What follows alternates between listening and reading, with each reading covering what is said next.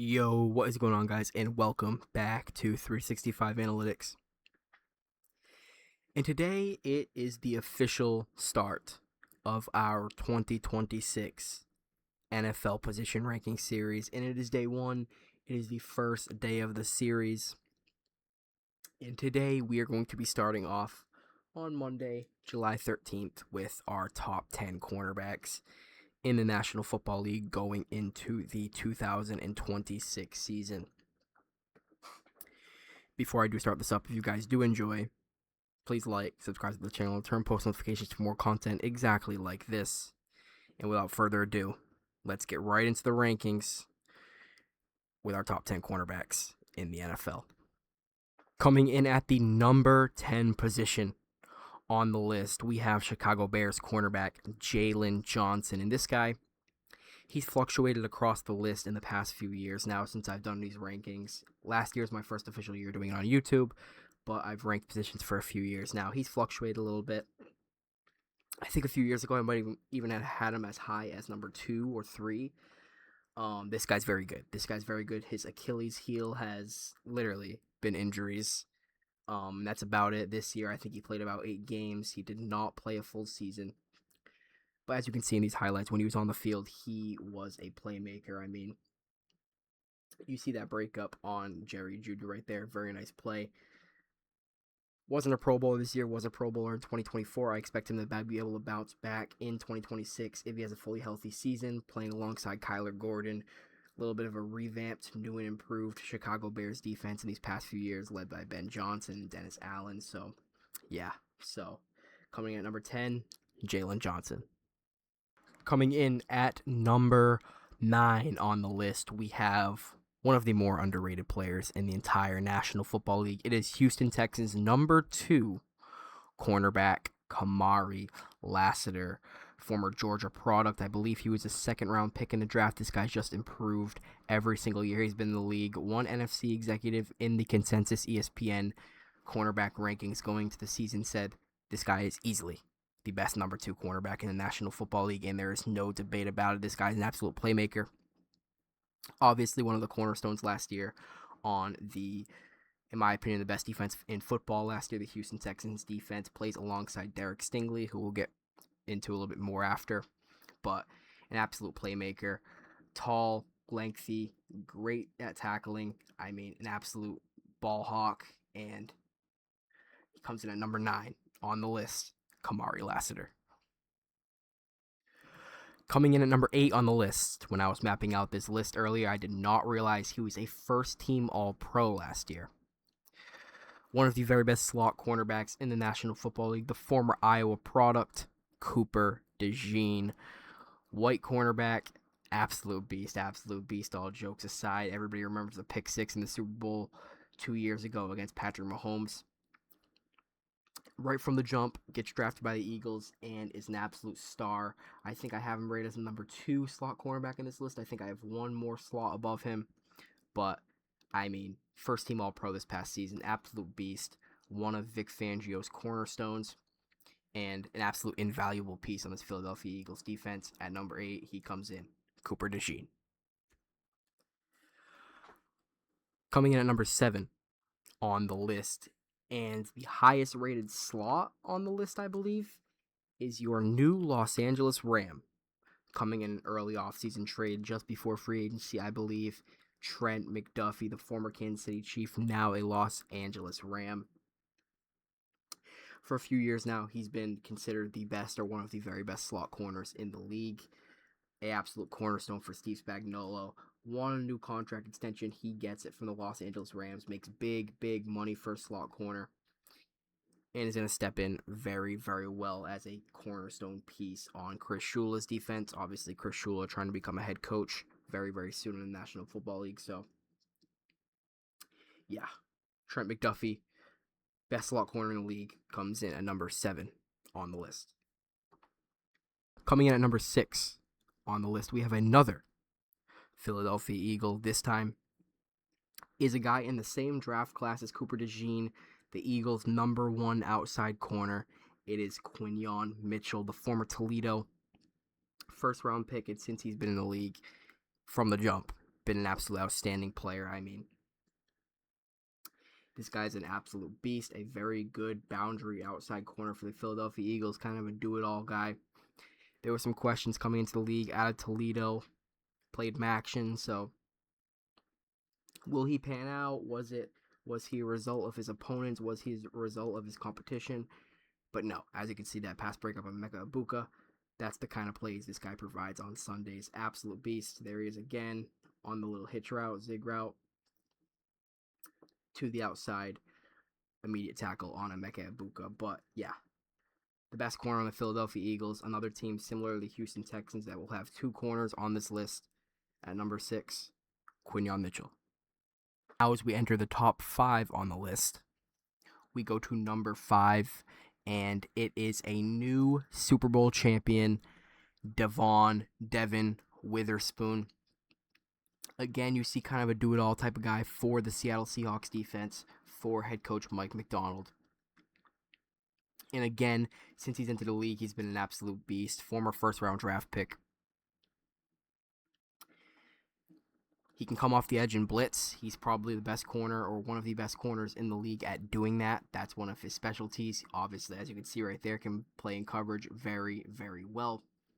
But in my opinion, I see this guy as a blitzer. I see this guy as a true tackler. Kind of your do-it-all corner.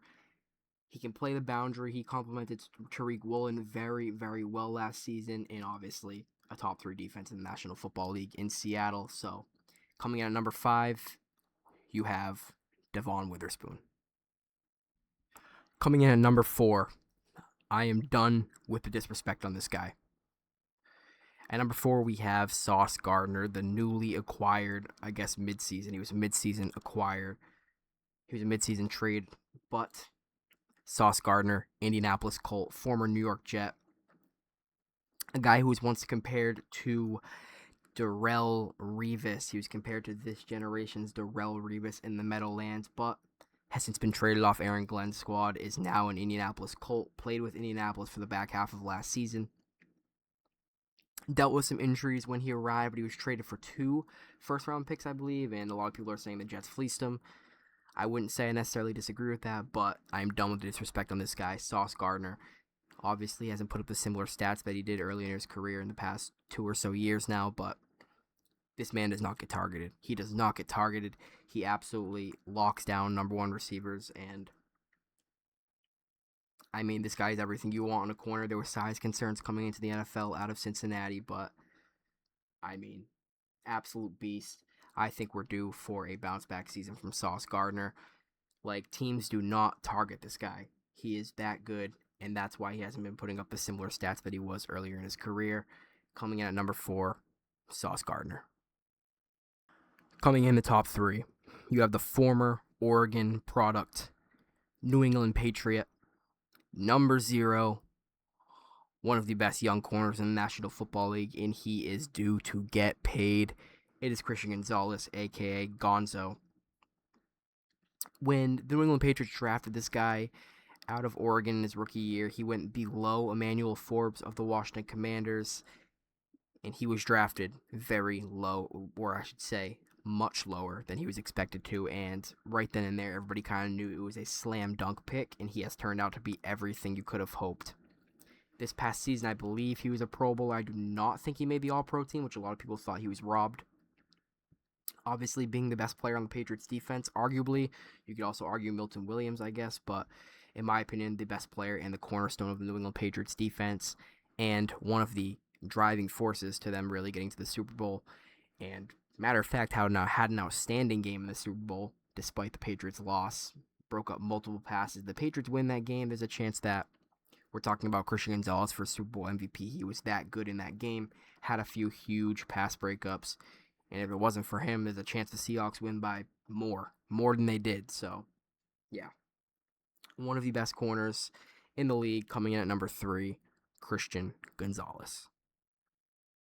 And coming in at number 2, we have the former LSU first-round draft pick of the Houston Texans, Derek Stingley Jr. This man has just improved every single year since he's been in the National Football League. Obviously, this past year being the leader in the clubhouse on the Houston Texans defense. As I said before, with Kamari Lassiter, in my opinion, the best defense in the National Football League. These two complement each other. Kamari Lassiter and Derek Stingley so well, both with different play styles. Kamari Lassiter being the lengthy guy, Derek Stingley being the guy that really just, I wouldn't say, how do I explain it? I wouldn't necessarily say do it all, but a boundary guy. Kamari Lassiter's big. Derek Stingley's a little smaller, so they complement each other very well. And this guy's the leader in the clubhouse for that Texans defense. An absolute cornerstone, a ball hawk, and a very valuable piece. And I believe, is he still the highest paid corner in the league? Technically, he's up there. He's up there with McDuffie now. McDuffie got paid in Los Angeles, so yeah. Trent McDuffie. At number 2, Derek Stingley Jr. And coming in at number 1, to cap off the list, we have the former Defensive Player of the Year in 2024, the best corner in the National Football League, son of Patrick Surtain Sr., Patrick Surtain II. Former first-round pick out of Alabama. Since he's come in the league, been a pick for the Denver Broncos. He's been a slam dunk. He's been a slam dunk ever since. He's got better and better. Well, I don't know if I should say that, because in 2024, he was a Defensive Player of the Year. In 2025, you can argue he regressed. Maybe he regressed a little bit, but then and again, Myles Garrett broke the sack record. So, but all jokes aside, Derek Stingley, Jesus, rough night on the office. Patrick Surtain is an absolute beast. The best corner in the league, pretty undoubtedly. I think everybody would agree with this one. It's really him and Stingley. I guess maybe you can argue Gonzo as well, who I had at number 3. But, man, this guy just makes plays. He is that lockdown that the Denver Broncos need. Riley Moss on the other side complements him very well, but there's really no argument. This guy is still number 1, and I think this is his second consecutive year being number 1 on the cornerbacks list. So, the best corner in the league, congratulations to him, Patrick Surtain II.